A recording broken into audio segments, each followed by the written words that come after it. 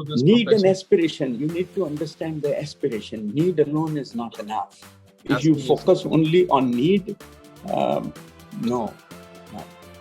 It is not that I need 100 square feet of area, that's the shelter and that's the end of the shelter. No, it must be an inspiring space which you need to create. It needs to be creative where you feel happy. You feel happy to interact with others. You feel you take pride in what you possess. Well, I would say if you get an opportunity, definitely go through architectural education. This is, my understanding is that this is one of the best processes of learning how to learn.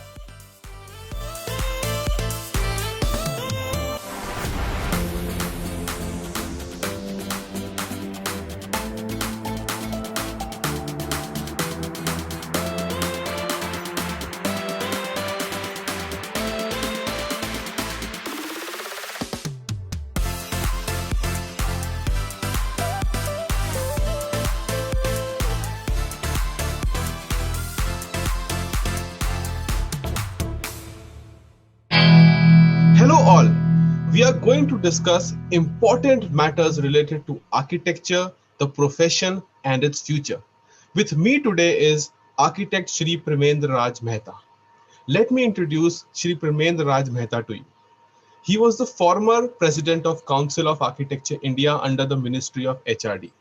He has unique distinction of being a member of various statutory forums of Government of India dealing with art, architecture, science and research, commerce, urban development, engineering and education, including at Lalit Kala Academy, CBRI Roorkee, BMTPC under Ministry of Urban Development, Committee on General Agreement on Trade in Services that is under Ministry of Commerce.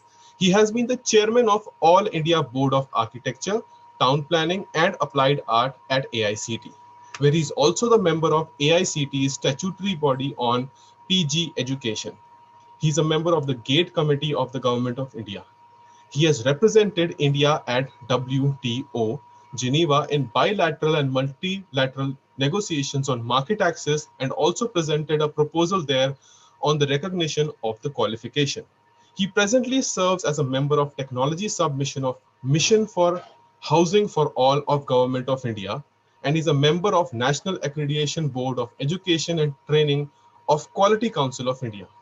Shri Premendra Mehta sir has also been a partner of the Design Action Group since 1979 with several years of professional involvement both within and outside of India.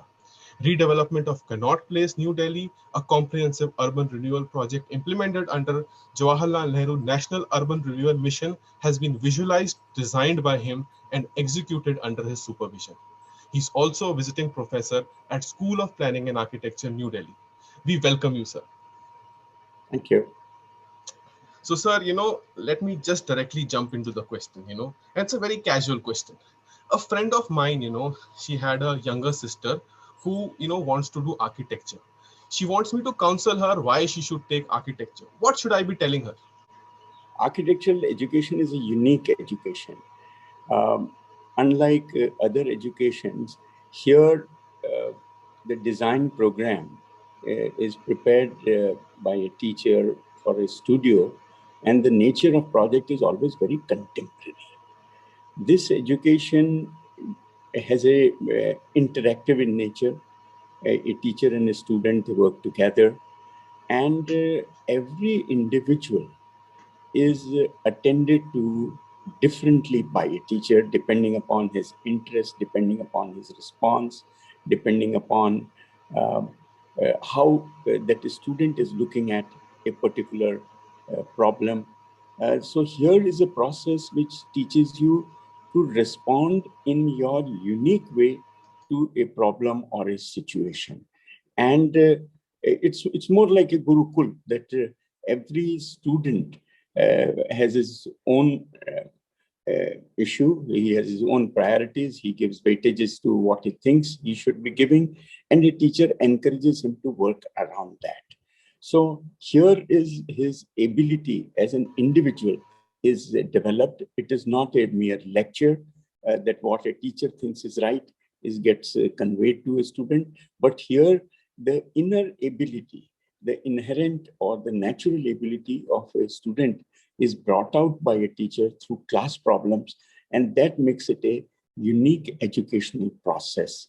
And with this, once you have studied architecture, you've gone through the program for 5 years, I think you become competent to comprehensively deal with anything which you will face in life. You can choose any career, because what you at the end of 5 years you have learned is how to learn. So that's the bottom line of architectural education, that it certainly teaches you how to learn. And that becomes your a process which assists you, which helps you lifelong in dealing with any situations you will be in. So I would recommend with any other, in comparison with any other education, architectural education for everyone, that this is the process you should go through. And thereafter you choose your career, you do additional studies, post-graduation or specialization, whatever. But this process of architectural education is unique and is the best. This is what I can say. Absolutely, sir. Absolutely. So the architecture education creates a canvas for you to build your life on it. So that was, great answer. And, I hope that friend of mine her sister will take up architecture. So the next question is, sir, regarding the number of architecture colleges. To give a background to the viewers, when you studied architecture, the number would be counted on the fingers of the hand in India. And today we have over 400 and more architecture colleges in India. So are you concerned about the number of architecture colleges that have sprung up in India today, or is it good news for the profession according to you, sir? See, number is not a worry at all. You see, the schools are set up by the society because it aspires to get benefited by development of a particular education. Now, India is such a vast country with such a large population, different geoclimatic conditions, it's different cultural thinking, different economic situations. So a number of schools would actually help spread understanding of the subject in society. You see, till everyone has got a built up space or an ambience to his liking as he aspires to have, the demand for profession remains. This is one subject which focuses on need as well as aspiration. It has both the facets. It's not purely a functional kind of a requirement. So it's a need and aspiration together. Aspiration is something which keeps on growing. You see, as your mind develops, your economic situation develops, your societal situation, value system develops, your aspirations would keep on going up, or they would move differently from time to time. So the demand for profession remains. The number gives me a chance that it gets spread. And quality of education is that since the whole process of design is evolutionary in nature, gradually schools get established, and thinking would also get established. And as I said, that the beauty of this education is that it is a studio-based. The problems are contemporary in nature.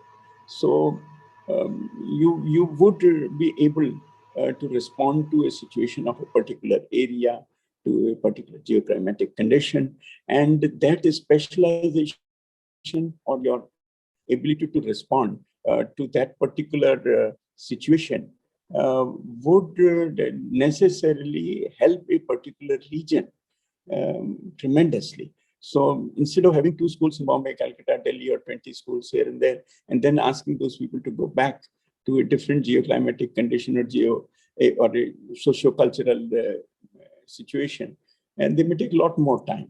So if schools are spread across the country, and even if they are more, it will help the society on the whole. Great, sir. Great. That brings a lot of hope for all the people who are in off locations, remote locations, places where there are not a lot of architecture colleges. So your mantra is to have good amount of architecture colleges, so that the socio-economic conditions of a particular area be served because of the college being there and the education being suited to that particular area.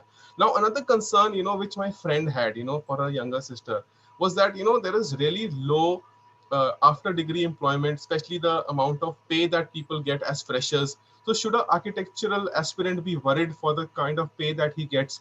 Or is something exclusive to architecture, or it's across the board in all careers? What do you think about it? You see, pay is related to, or compensation is related to your performance. As I said, that with the development of various other activities in society, opportunities have also increased. Those who are in practice, what they ultimately have to do is to demonstrate that they can do a very functional and aesthetically beautiful house, which is economical in nature also. And it gives a very good feeling or ambience to the end user. So you have to aspire to do that. You cannot be doing it copy paste, and you can't be just merely thinking it as a need and just keep working around the area, the square feet area and the size of the room and so on. I think you have to do something original, something creative, something which will be inspiring for your client, and then people start compensating you. So that's in practice, that a good architecture is what is needed to do. You can't be doing a routine work every day and then expect a compensation. When in employment, there are two types of employment. One is working with an architect, which is nothing but a precursor to your entry into practice. So you need to comprehensively understand that how a concept gets realized, how construction takes place. So your idea, what you have learned in school, what you have developed as an idea over a period of time, and then how you get it realized. So to learn that, you have to be in office. So you are actually, though in practice, but you're virtually a trainee, you are an apprentice. So I think this is one profession where realization issue is equally important. That is, implementation of your idea is of equal importance. You need to go through that drill and don't expect a salary at that time, which is comparable to those who are using their skill. Here you are using your original ideas, creativity, your knowledge, and skill all put together. And you have a much better chance of going up the ladder when you are in practice and you are performing. The third dimension is that you are now able to assist other professionals. You see, this is a unique opportunity which has come in last 15, 20 years. Let's say e-commerce. I have known architects who are assisting those marketing teams, graphic teams, and analytical teams of all in a great manner. And architects play a very vital role because of their multi-dimensional understanding, their understanding of psychology, their understanding of a socio-cultural aspiration of people. So their holistic understanding of society helps people to strategize their activities. And their compensations are very high because this is one ability which nobody has. So architects are doing wonderfully well when they are assisting or they are participating in a multidisciplinary team where the core is another subject, but the comprehensive understanding of the society matters a lot. So in a faceless world, which is we are about to enter, this helps tremendously because the experience which you have or experience of learning process you have, others do it the hard way by encountering it. You know the process, you understand the outcome of that. And the best thing is you are trained to visualize the outcome of what you do, which other professionals are not. So that motivates you and you are able to actually present it. Okay, this is what will happen because it's your habit to visualize your idea and put it together to analyze or compare 2-3 ideas that, okay, if I do this, this is what will happen. So other professionals are not trained in that sense of visualizing. So architect becomes a very important team member in development of other professions, and they're doing wonders. They're doing wonders. So if you are in practice, think differently. If you are in employment with an architect, think differently. And if you want to become a team member with other professionals, then think differently. And finally, it is your performance which matters. And that happens with every profession. If you are able to perform, if you are able to satisfy, if you are able to give a happy feeling to your client, I think there is no limit. Absolutely. Absolutely, sir. Absolutely. So it's a holistic course, holistic learning, and you have to hold your ground. And you can go up the ladder, and sky is the limit for this profession. And architects are the best kind of people who will fit in any team and perform wonders there. So, sir, thank you so much for the answer. Now, the next question, sir, little serious stuff we're going to get into is about that recent Supreme Court judgment, which has stated that the Architects Act 1972 does not mention any exclusivity to the profession of architecture, and non-architects can practice architecture. Is this a danger alarm for the profession, or is it something that we can simply conveniently ignore and it's just another judgment? What do you think, sir? See, now Supreme Court has given this opinion. You see, the Act came in 1972, so it's almost 50 years that whatever was the understanding of the society through this enactment, that now practice would only be done by trained and educated professionals, and government itself has set up institutions of national importance. It has introduced programs at IITs, SPAs have been created, more SPAs are in pipeline, and so on. So while the parliament thought in 1972 that the time has come when this exclusivity should come, public should know who is an architect, like public should know who is a doctor. So you give a title to a doctor, you give a title to an advocate, so that the public does not get confused if anybody claims that I can do this work, because they understand that this is not only issue of functionality and aesthetics, but it is a question of life safety. And it's such an integrated subject with so many disciplines like firefighting, electrical, and now new systems, structural systems, and one needs to integrate them in an articulated manner with around functionality and creativity. So some kind of exclusivity was necessary because of one has to undergo a kind of a peculiar or a very specialized educational program. So it was expected, the intent maybe when the bill was passed in 1972, that it is time that we have this exclusivity. But the interpretation of Supreme Court almost 50 years thereafter is that the specific reading or the bare reading of the provisions of the Act actually does not prohibit others to practice this profession. So they said any unregulated profession. So the implication of that is even engineering, which has absolutely no legislation to bring in exclusivity to one who is trained or educated to practice engineering. It throws open a new situation that wherever there is no prohibition on others, merely specifying who is an architect, who is an advocate, who is a doctor, would not prohibit others from pursuing that vocation.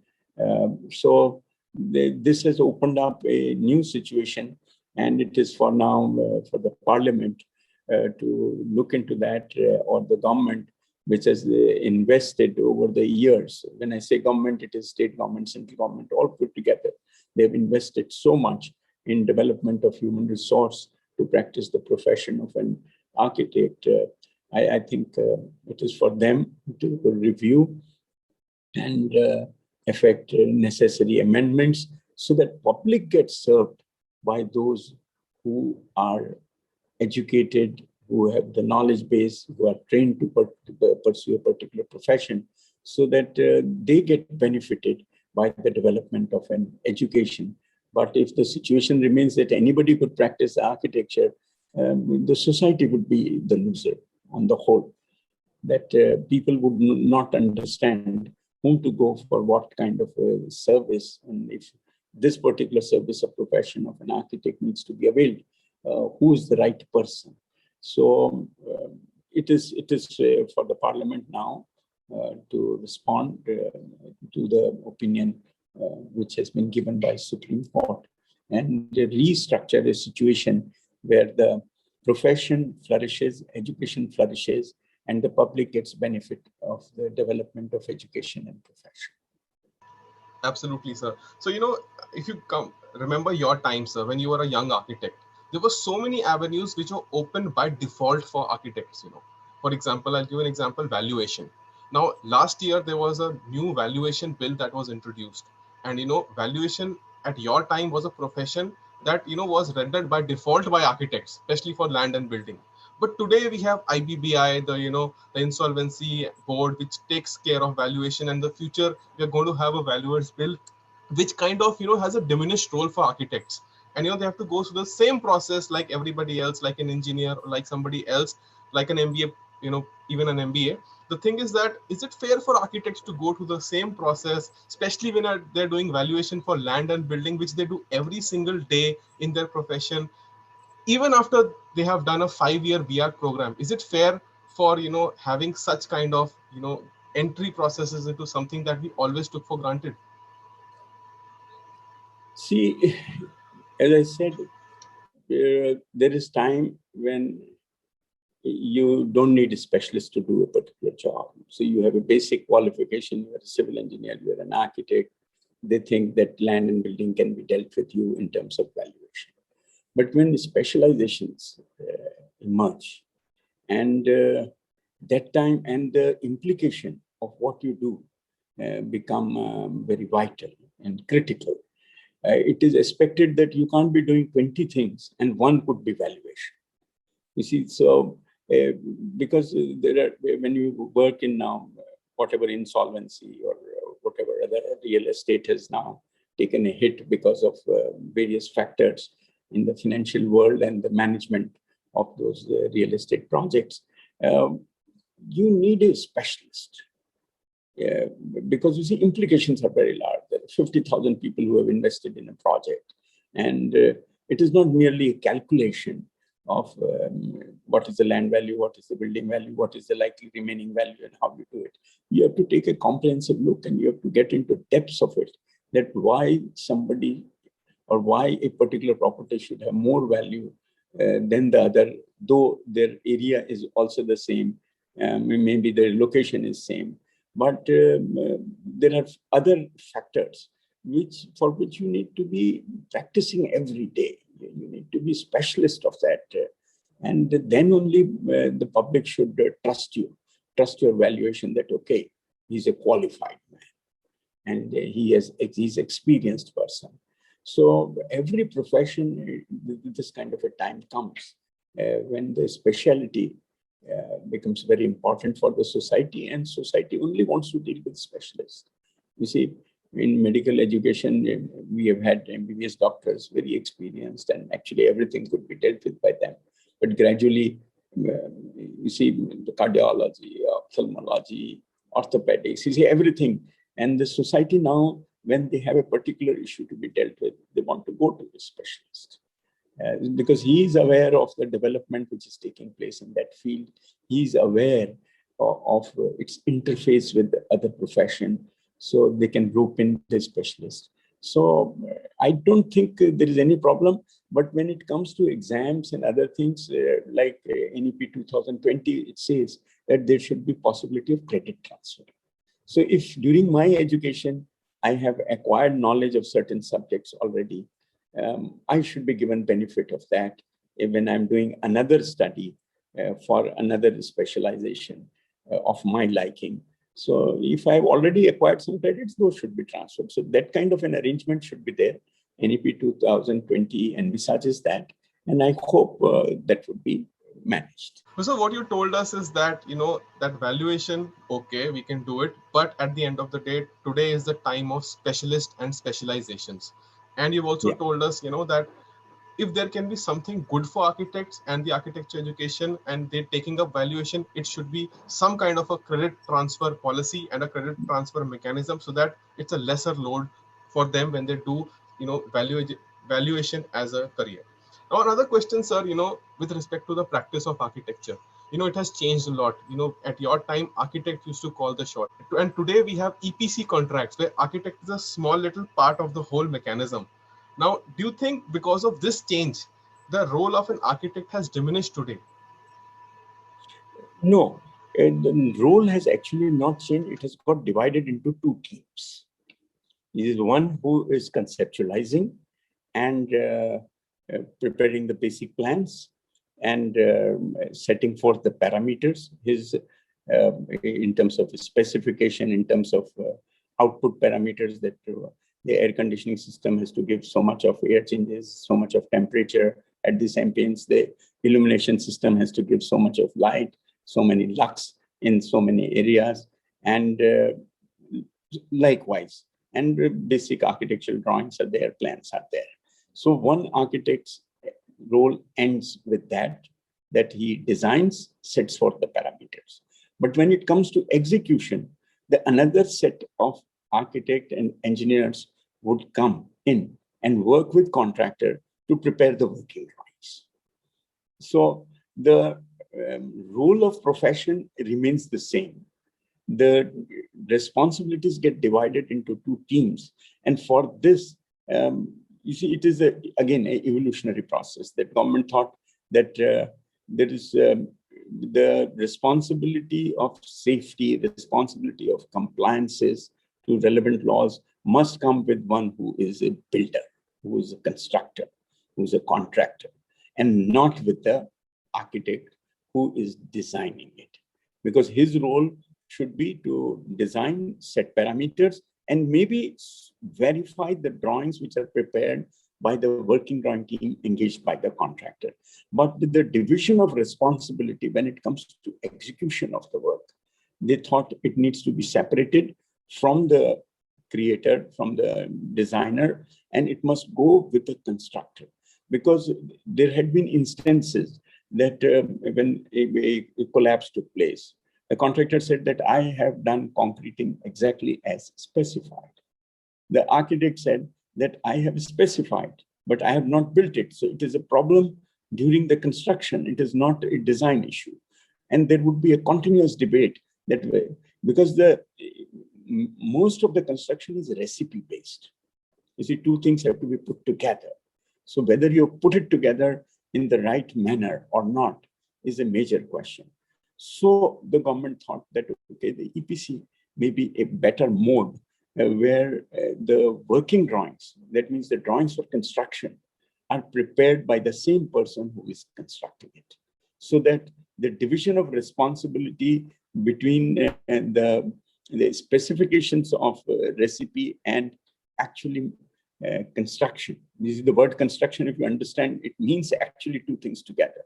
So that responsibility goes. So in terms of the workload of profession, it never gets reduced. It gets divided into two teams. There are reasonable checks and balances that the first team has to oversee the work of the second team, and the second team has to ensure that they have a clear linkage with the team which will construct it or which will supervise it. So this is how the work division is taking place, and it's a evolving situation. It's an evolving situation, and this has been in practice in many other countries where actually work is divided into 4 parts. That a programmer is different, designer is different, working drawing preparation team is different, and project management team is different. So, and each one looks at or supervises the other's work in terms of verification. So this is an evolving situation. I think we should welcome this. This would make the professionals more responsible for their work, and public at large would get benefited, and there would be no confusion that who is responsible for construction. So this is how it is. So, sir, thank you for that answer. You've just told us that in the times of these hyper specializations that have come up in this current era, EPC contract actually opens up, opens up for the architecture a new opportunity. For the architect, a new opportunity has been opened up where he can concentrate on the thing that he's best at. He's a creator, yes. So he can focus fully on the creation part and let other people who are specialized in doing the implementation do it well. So thank you for that answer. Now I have another question with respect to this exam that was, proposed by Council of Architecture, that there will be an exam after you do BR to be registered as an architect. Do you think that this is a job of the college or the university to prepare trained architect rather than the council doing the screening? Because the first 5 years somebody spending in a college of architecture, which actually has been registered and that has been regulated by the Council of Architecture, so it is the college's job. Don't you think that that the college should actually be training architects rather than the council re-screening them after they have passed through a architecture college? What do you think, sir? My understanding is completely different. See, the exam which is proposed as a prerequisite for registration cannot be re-examination which already has done by the university. So it cannot be duplication. The whole idea of this exam is that whether an architect understands his responsibilities or not. So it is more connected with his legal liabilities, that whether he understands that or not. See, world over, such an exam for registration, particularly if it is for registration, it is not a leveling exam, that you are coming from different schools, so maybe your knowledge base is different. So that you have to tackle by dealing with the standards of education in those schools. You see, if you think that a school is deficient, you have a responsibility towards that. You can go back, tell them that, okay, this is where you are deficient, improve it, otherwise recognition, de-recognition. You have so many other means to deal with that, and you have so many tiers to deal with that. There is a college, there is a affiliating university, there is a government which funds a such institution, or a body which is promoting that education. So they deal with the education part. And Council of Architecture has a role to oversee the maintenance of standards as a process, as an integral part of the process of recognition of qualification. It is a responsibility of Council of Architecture to identify where the deficiencies lie in a particular institution and what are the ways and means by which they can make up. So that is a separate issue. So I would not recommend that you have an exam which is like a leveling exam, because then you have to take all 5 years exam. So, but my understanding of the exam which could be prerequisite to a registration is simply an exam to understand that you understand or appreciate your liabilities or not, that the kind of responsible profession you are in and the meaning of your signatures could mean change of world for somebody. So you need to understand that, so that you never get into a problem of a kind where you say, oh, I didn't know that this is my job or this is my responsibility.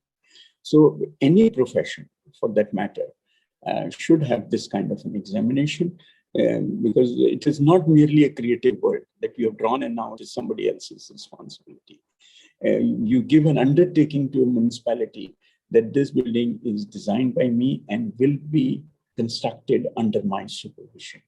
So you are taking responsibility of the life safety of people during construction and post-construction once it is occupied.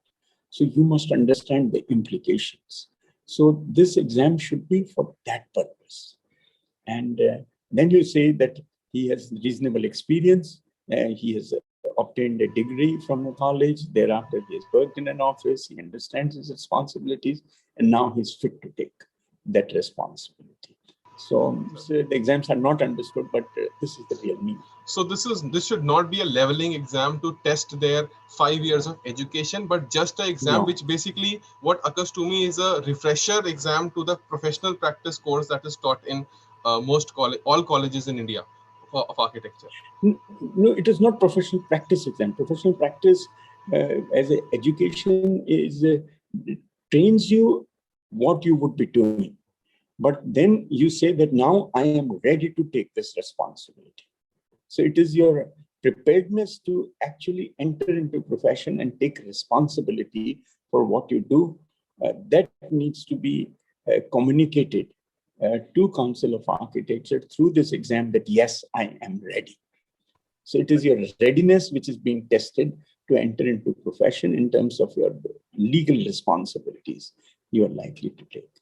And not a leveling exam. No way. No. Thank you. So, sir, thank you for that answer. So, my next question is regarding, as we see there is globalization happening, as we see EPC contracts have happened where there's hyper specializations. So, don't you think the time has come that architecture becomes a little corporatized? Like it should be corporatization of architecture should take place. Architects should be allowed to incorporate companies dealing in architecture and construction together as a private limited company, because that will, let a lot of capital being pumped in and more jobs being created, because in international competitions architects really need to show a lot of capital under the belt to apply for tenders and all. So don't you think the time for corporate architect firms has come in India? See, there is a misnomer. Expansion of your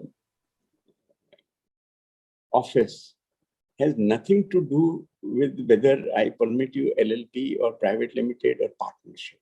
It is the business you are able to acquire and deliver whatever you are expected to. So even if you are a proprietorship, partnership, or private limited, it does not matter because it is something related to your profession. Now, pumping in money, even in partnership, you can pump in money. You see, with the private limited companies, LLPs, those are there to restrict your liabilities. You see, the whole idea of incorporation and corporatization is that. Now, pumping in money is a business decision that who is investing and who would be the beneficiary. Don't think that if you are a partnership firm, you cannot avail loan. Don't think if it's a partnership, somebody cannot fund it, your activity. The only thing is when you go into private limited and other companies, it is restricting your liabilities. In a private, in a proprietorship firm or a partnership firm, you are completely liable. There is no distinction between the firm and an individual. And all professions work on that principle that a profession can only be practiced by a natural person. Now, that's the importance of practice of profession. It is a juridical person cannot practice a profession. Profession has to be practiced by a natural person. So be it medicine, be it law, be it architecture. The firms don't practice. The private limited companies don't practice. Finally, it says who has signed it, who is advocate on the court, who is the doctor who has signed the prescription. Hospital doesn't sign a prescription. So money can be pumped in hospital, but not in an individual. So that concept should be very clear, that it is a natural person who practices a profession, who has been authorized, who has been licensed, who has been registered, who has the knowledge, who has passed an exam, whatever is required as a prerequisite to registration, he alone can practice. Then the next part of your question is whether there can be an integration of a construction company and architecture company. Why do you want to have it? In what way does it happen? You see, since CBC guidelines are misinterpreted by somebody on the issue of turnover and other things, you think by having a construction company within you, you will be able to meet the requirement of turnover. You see, that's the kind of solutions people are looking at. I think the problem lies with the CBC guidelines, which are being misinterpreted by somebody that you have to have so much of turnover or experience of such and such project, then only you can do. Maybe it is time that Council of Architecture takes a lead on selection of architects by public bodies, prepares a criteria that what is the importance. You see, I may be doing like I did a big project at one time. Thereafter, for 2 years, I don't want to do anything. Now, that does not reduce my ability that as and when I will get a project, I will build a team around it. It's a professional's work.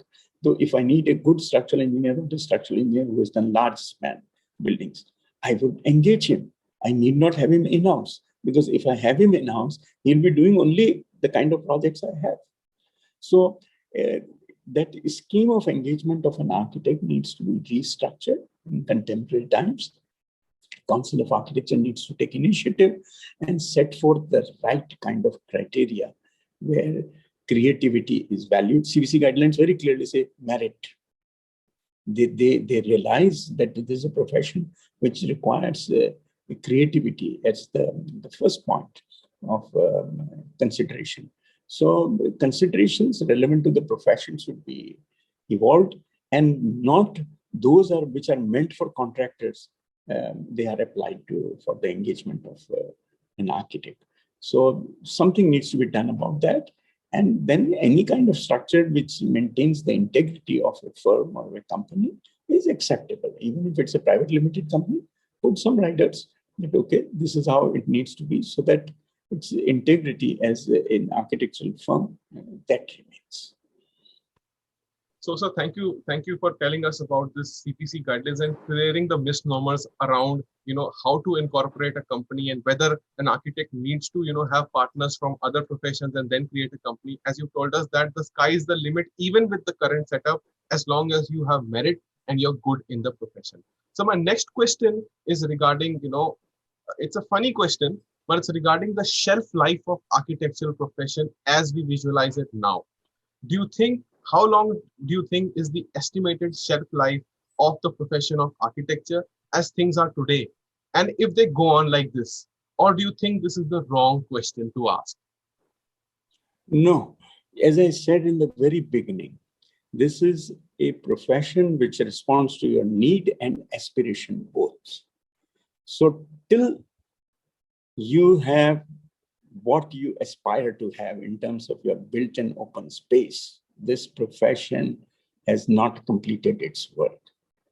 And aspiration is something which keeps on growing with your development of your mind, your knowledge, your ethical values, your societal system, your economic system, development of, let's say, in electronics, development in medical science. So when every profession is developing, your aspirations grow around that. Until that is fulfilled, my profession will remain in demand. So I think there is no limit. Absolutely, you have to be contemporary in your responses, and people would know that, oh, you can respond to what is required now in a very creative, aesthetic, and original style. You do it, and you have a space for yourself, unlimited. So being contemporary, being creative, and you're responding to what the client needs is the key to holding on to this need profession. And aspiration. You need to understand the aspiration. Need alone is not enough. If you focus only on need, no. It is not that I need 100 square feet of area, that's the shelter, and that's the end of the shelter. No, it must be an inspiring space which you need to create. It needs to be creative, where you feel happy. You feel happy to interact with others. You feel, you take pride in what you possess, and it helps you in increasing your productivity. So if that happens, fine. So, and that is a dynamic thing. So every day there is a new aspiration. Thank you, sir. You've covered a lot today, including, how should I counsel my friend to take up architecture, to architecture colleges that have come up, to, the kind of pay that people get after architecture, to valuation, to the Supreme Court judgment, to, EPC contracts and how things are going to be, how specialized things are going to be, to how architects should incorporate themselves as a legal entity. And now I would request you to have a message for the viewers which inspires them. Well, I would say if you get an opportunity, definitely go through architectural education. This is, my understanding is that this is one of the best processes of learning how to learn. So go ahead and join architectural school. It will be wonderful. Thank you very much. So that was architect Premendra Raj Mehta for you. And, thank you, sir. Thanks. All the best.